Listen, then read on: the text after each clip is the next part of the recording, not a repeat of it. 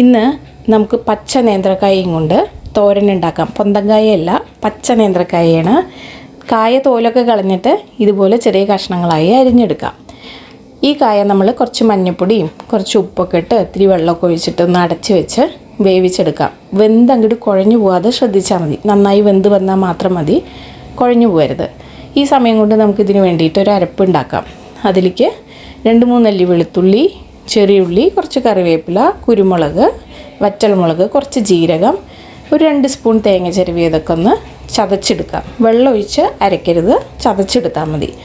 ഇത് നമ്മൾ വെന്ത് വന്ന കായയിലേക്ക് ചേർത്ത് കൊടുക്കണം. അപ്പോൾ ആദ്യം ഒരു പാൻ വെച്ച് അതിലേക്ക് വെളിച്ചെണ്ണ ഒഴിച്ച് കൊടുത്തിട്ട് ഈ വെന്ത് വന്ന കായ ഒന്ന് ആദ്യം ഇട്ടിട്ട് ഒരു 2 മിനിറ്റ് ഒന്ന് വഴറ്റിയെടുക്കാം. പിന്നെ അതിന് ശേഷം നമ്മൾ ഈ ചതച്ച് വെച്ച തേങ്ങ ഇതിലേക്ക് ചേർത്ത് കൊടുക്കാം. കുറച്ചുകൂടി വെളിച്ചെണ്ണയൊക്കെ ഒഴിച്ച് കൊടുക്കുക കേട്ടോ, അപ്പോൾ നല്ലൊരു രുചി ഉണ്ടാവും. പിന്നെ ഉപ്പൊക്കെ പാകമാണോ നോക്കുക. ഒരു 2-3 മിനിറ്റ് ഒരു മീഡിയം ഫ്ലെയിമിൽ വെച്ചിട്ട് നന്നായിട്ടൊന്ന് ഇളക്കി അങ്ങോട്ട് എടുക്കുക. അപ്പോൾ ചെറുതായി ഒന്ന് ഫ്രൈ ആയ പോലെ ആവും കേട്ടോ. അപ്പോൾ അടിപൊളി കായത്തോരൻ ഇവിടെ റെഡിയായി. ട്രൈ ചെയ്ത് നോക്കൂ.